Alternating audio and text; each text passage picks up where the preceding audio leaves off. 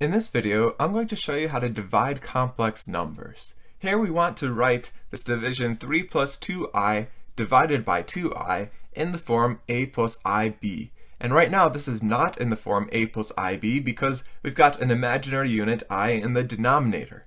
So we need to figure out how to get that imaginary unit out of the denominator.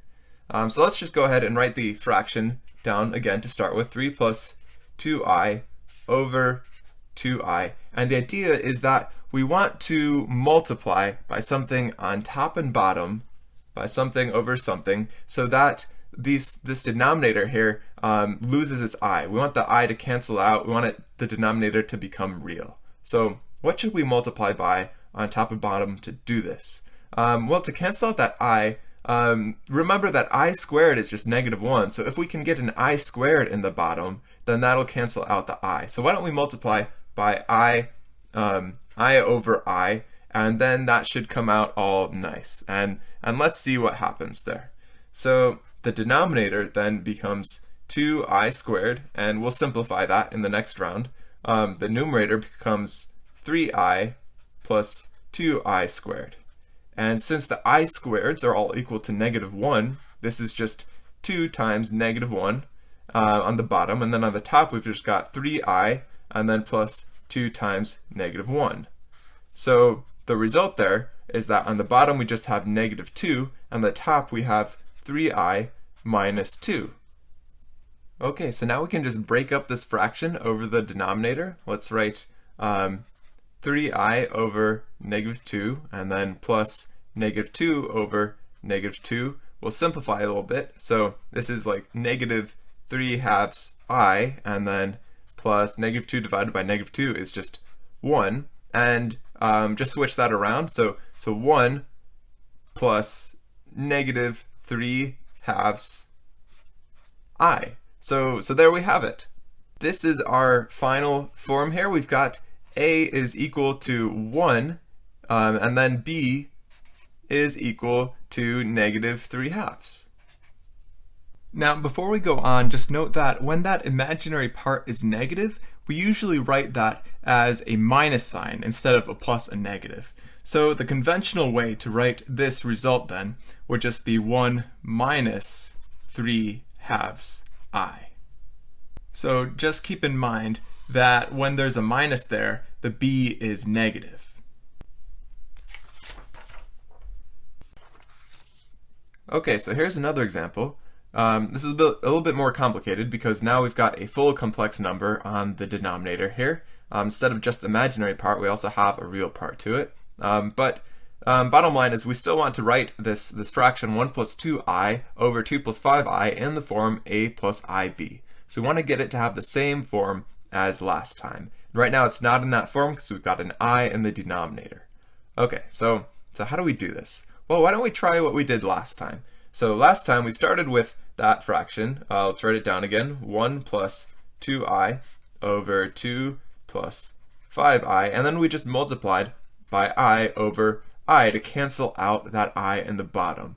But you know, if we do it this time, then we'll get 2i plus 5i squared in the bottom. Let's not even bother with the top just yet. And then so this I squared will simplify to -1, so that'll become 2i plus 5 times -1, or just 2i minus 5. But even though we've canceled out that I on the 5, then by multiplying by I, we introduce another I on the 2i.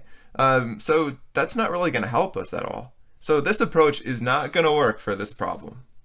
But the ultimate question here is still the same. We're asking, like, how do we start off with this fraction, 1 plus 2i over 2 plus 5i, and what can we multiply it by? So times some number over some number, so that the bottom of the fraction becomes real. We know it's not going to be just I, so we might have to include some real part in this complex number that we're going to multiply by in order to cancel out this perfectly. The way we can find that complex number is to recall that any complex number times its conjugate is equal to the real part squared plus the imaginary part squared. So for this complex number here, let's use 2 plus 5i. We get the conjugate by flipping the sign on the imaginary part, so 2 minus 5i. And if we multiply 2 plus 5i times 2 minus 5i, that'll just be the real part squared, so 2 squared, and then plus the imaginary part squared. Imaginary part was 5 squared, and that'll become a real number.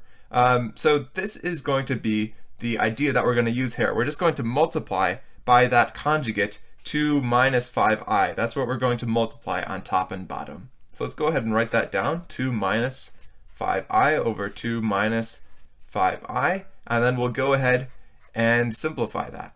So we already know what the bottom is coming out to. We worked that up on top here. That's just 2 squared plus 5 squared, real part squared plus imaginary part squared.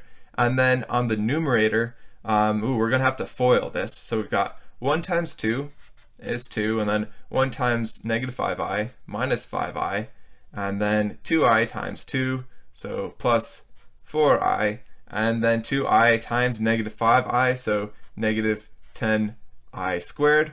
And let's just keep on simplifying that.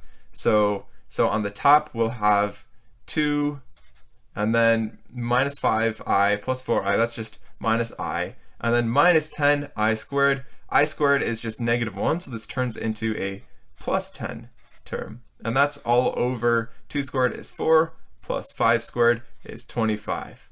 So simplifying that even further, we've got 12, that's 2 plus 10, and then minus I all over 29. And we can break that up into 12 over 29 plus negative 1 over 29 times I. And that makes it clear what our A and B are. A is just 12 over 29, and then B is just negative 1 over 29. So there we go. That's our final result.